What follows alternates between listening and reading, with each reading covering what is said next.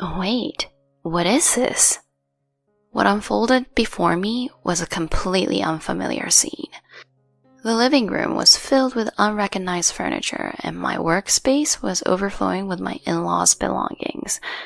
I barely managed to squeeze out a few words, but my husband grinned and said, "Mom and Dad are going to live here too. You're okay with that, right?" Do you hear yourself right now? This is my house too, you know. But it's also mine. You can leave if you don't like the idea. My husband said that and held out the filled-out divorce papers to me. Behind him, my in-laws are smiling smugly. My anger had already reached its peak. Well, if that's what you want, I've got an idea. I'll do whatever it takes to put you through hell. I took the divorce papers and immediately started packing my bags. Then, as I smiled, I walked out of the house. My name is Madison Brown, 29 years old. I work for a major beverage company. I have been married to my husband Trevor for almost 2 years. We've only dated for a year, but we've managed to have a good marriage. The only problem is that my husband has a hard time separating from his parents. It is not a bad thing to care for one's parents, but in my husband's case, it is a bit excessive. After we got married, my husband suggested that my in-laws come to our house on a regular basis. If they informed us in advance, it's fine, but sometimes they come to our house without any notice. Of course, I couldn't even prepare tea or snacks with no notice. Then my in-laws would say to me, "What? You can't even offer us tea when you know we've come all the way here?" "Right? I usually have something stocked up to serve at times like this." "I'm sorry. I didn't know you two were coming." Is giving excuses what all young wives can do these days? "When I got married, I'd have been scolded for anything like this. It's a good time to be alive, isn't it?" Yeah. I don't get scolded for it, but I do get sarcastic comments like this. I hated my in-laws for their insidious bullying, but the biggest problem was that my husband didn't say anything. My husband Trevor seems to think that his parents are right about everything, and no matter how many times they make sarcastic comments to me, he never defends me. He didn't talk back or even intervene. After 6 months of marriage, I felt that I had reached my limit, so I decided to have a discussion with my husband. "Hey, why do you keep silent when your parents are making sarcastic comments towards me?" What? Sarcasm? When did that happen? "All the time. They're always being sarcastic." Really? I've never noticed it. It was so obvious. Even a dullard would know it's sarcasm.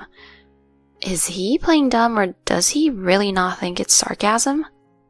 But it's true that's not even an issue in my husband's mind.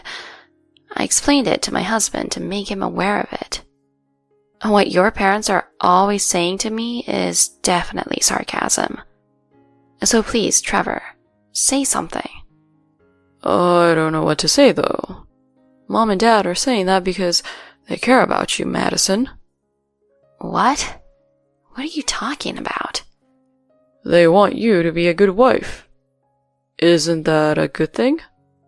At that moment, I realized that this person will never understand me. I thought about divorce many times during this period. But when we are together, he is usually a good husband, so I can't hate him so easily. And so I'm still with my husband. I told myself that I would cherish the time alone with my husband and not worry about my in-laws.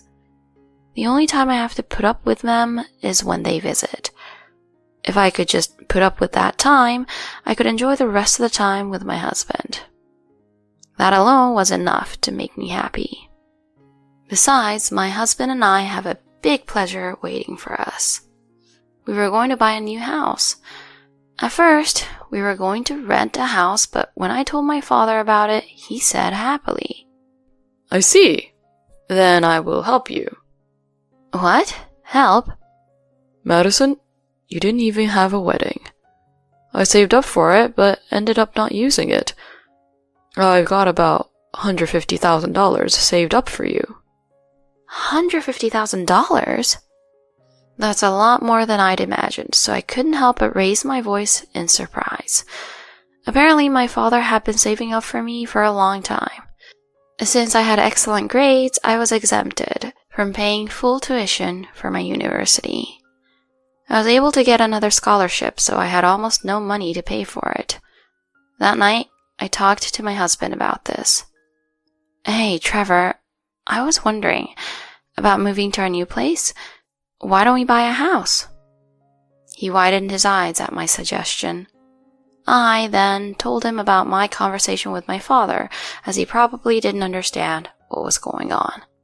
I told my father about the move, and he said he has some money saved up for me. He said he has $150,000. What? No way. They didn't have to pay for university, and we didn't have a wedding either. So he wants to help me out. Seriously, that's great. Let's take up on his offer then. Yeah, I agree. I think we should buy when we can for when we have kids. That's right. Then let's go to some viewings soon. And so we decided to buy instead of rent a house. We made an appointment at the end of the month to go and look at some places we were interested in, but I hadn't realized yet. I had no idea that such a pitfall was waiting for us behind this happiness. On the day of the viewing, when I went to the meetup place, there was already somebody waiting for me. I thought it might be someone who had reserved a viewing of the same house, but to my surprise, there they were, my in-laws. Why are you... They glared at me and immediately opened their mouths. Hey, you're late. Madison, he must have overslept. No, actually, Trevor was the one who overslept. You're blaming my son like that? You really are a despicable wife. Yes, she is. There's no way Trevor overslept. You're the one who took the time to get ready. Such a mean wife. No, it was... My husband stopped me before I could explain to them. My husband calling out, "Let's go," changes my in-laws' scary faces into big smiles. The tour began as if I was the only outsider. At first, I wanted to leave as soon as possible, but when I actually saw the place, I found it so nice that I didn't care about my in-laws' presence anymore. We looked around 3 places that day, but I couldn't put any of them down. My ideal open kitchen, spacious living, and dining room. There are enough rooms to make a workspace and a child's room, so I have nothing to complain about. My in-laws complain about not having some room or having too many steps, but I don't care about their ideals. What we're looking for now is a place for my husband and I to live together. My in-laws followed us to the end, but the decision is up to my husband and me. And since my father is willing to help, I should have some say in the decision. That night, I took out my pent-up frustration on my husband. Hey, about today, I didn't hear your parents were coming. Oh, I'm sorry. I told them we were going to some viewings, and they said they wanted to come. Isn't it strange that you let them come without asking me? We were a little late, and they blamed me for it. I said I was sorry, but the places we saw today were really nice. Well, that's true, but it seemed that my husband liked the properties we looked at today. In the end, the conversation about my in-laws was put to rest, and we started contemplating on our house. A month later, after much consideration, we decided to buy one of them. We decided on a place with plenty of room so that we would have enough room for a child. At first, we were thinking of putting the house under joint ownership, but when we talked to the person in charge, he told us that joint ownership often causes problems later on with the inheritance. When we think about having more than one child in the future, it would be troublesome to have the property under joint ownership. So, I talked to my husband about it. He grumpily said, I don't care what name is on the property, just hurry up and finish the purchase. I don't care if it's in my name. Don't be so uninterested. It's a lot of money and I want to think this through. Well, I want to move as soon as possible. Why do we have to spend so much time on the name when we've already decided on a place? Did you hear what I said earlier? There are all kinds of disadvantages to joint ownership. Man, you're being so persistent. You can decide that on your own, so let's just get the move over with. What? There's no point in discussing this any further. I decided to buy the place in my name and ended the conversation at that. If he says anything, we can just change the name to my husband's then. Besides, it's my father's money, so I thought it would be safer to put it in my name for the time being. The purchase was completed without incident, and the loan application was approved. I decided to throw away all the old appliances and replace them with new ones. After about a week of living in the house, I finally started to feel like I had moved. I was looking forward to redecorating the interior to my liking. A few days later, after 7 p.m., when I came home from work, I heard some lively voices in the living room. Was it my in-laws? I checked the entrance to see my in-laws' shoes.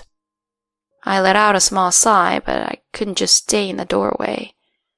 Reluctantly, I headed for the living room and couldn't believe my eyes. Wait, what is this? What unfolded before me was a completely unfamiliar scene. The living room was filled with unrecognized furniture, not even close to my style. I had a bad feeling about this, and I went to my workspace. It was filled with my in-laws' belongings. The work desk and chair were covered with my mother-in-law's favorite tablecloths and cushions, no longer the simple design that I prefer. The contents of the closet were strewn on the floor, wrinkled. Oh my God, what have you done? I barely managed to squeeze the words out of my mouth. Mom and Dad are going to live here from today. Huh? I don't understand. It's terrible of you to mess up my room like this. I don't have a choice. Your room is now Mom's room, and the room you called the child's room is now Dad's room. Do you hear yourself right now? This is my house too, you know. But it's also mine. But that doesn't mean that... My body trembled with anger at my husband's selfishness. I tried my best to calm down, but my husband adds fuel to the fire. If you don't like the idea, you can leave. You're the one who's going to be in trouble. My husband said that and held out the filled-out divorce papers to me. Behind him, my in-laws are smiling smugly. My anger had already reached its peak. Well, if that's what you want, I've got an idea. I'll go whatever it takes to put you through hell. Are you sure you want me to leave? My husband responded to my question with a triumphant look on his face. Oh, of course. But if you leave, make sure you don't come back, okay? Really? I'm glad to hear that. What? Then I'll take this. I picked up the divorce papers and immediately started packing my things. Then, trying hard not to smile, I walked out of the house. I went straight to the Superior Court and filed the divorce papers. After that, I decided to go back to my parents' house for the time being. My parents were quite surprised to see me suddenly come home late at night. My father asked what had happened, so I told him the whole story. My father became very angry and was about to storm out, so I stopped him and told him about my plan. What do you think? That sounds like a good plan. They deserve that. Right? I'll go see the man in charge tomorrow. I'll go with you. The next day, my father and I took action to complete some procedures and went back to my parents' house. A few weeks later, I was thinking it was about time, and sure enough, I received a call from my ex-husband, Trevor. I didn't dare to answer it, but my phone rang incessantly. I ignored it and let him lose contact with me, which was the most I could do. After a few days of this, the intercom rang at my parents' house as if he had grown tired of it. When I opened the front door, there stood my ex-husband and in-laws. Hey, what's going on? Trevor said, and I dared to ask about what, and I egged them on. Then Trevor grabbed me by the chest and started yelling at me. You did something to me, didn't you? We were just living normally, but suddenly we got an eviction order. Of course, because that house is in my name. So? There are plenty of people living in houses in other people's names. Behind him, my in-laws were nodding to agree. I was so pissed off that I clarified the fact right then and there. What's the point of being the owner if I don't live there? So I sold the place as soon as I left. By the way, I've already filed for divorce too. Huh? You sold it? And the divorce as well? You're the one that forced them onto me. And I'm not so good-natured as to let a stranger live in a house that's in my name. You've got to be kidding me. Mom and Dad moved in after they tore down their house. So if you sell that house, we'll have nowhere to live. I don't care. Why don't you rent somewhere else as their son? You know I don't make that much money. Indeed, Trevor makes less than half of what I make. His monthly salary is less than $1,300, so he can't possibly support his parents. Perhaps because he understands this, he is trying his best to resist, but I don't have time for this farce. I raised my voice as if to vent my frustration. I don't care how much money you make. Do you have any idea why things turned out like this? It's all your fault. My father is the one who helped us. Why should I have to live with people like you? Hey, Madison, calm down. Shut up. I'm sick and tired of my in-laws' insidious bullying and my idiot husband's pretending not to see it. I don't even want to see you. If you understand me, don't ever get involved with me again. If you ever appear in front of me, I will seriously call the police. The word police must have scared them because they turned pale and ran away right after. With that, they never came to visit my parents' house again. Later, I heard that now my ex-husband was blamed by his parents. They complained about everything being his fault and to call back his wife. The three of them are still living together in a strained relationship. In the end, they could not live on solely my ex-husband's income, so they had to use his parents' pension for living expenses. Until now, they had been able to live in their own house, but now they are on the verge of taking on debt. I, on the other hand, moved into a luxury apartment near my office. I sold my old house, so I lost some money, but thanks to my father's support, I am still able to live in a nice apartment. Marriage is not the only happiness. That's what I think now. I want to cherish the life that makes me happy and put myself first from now on.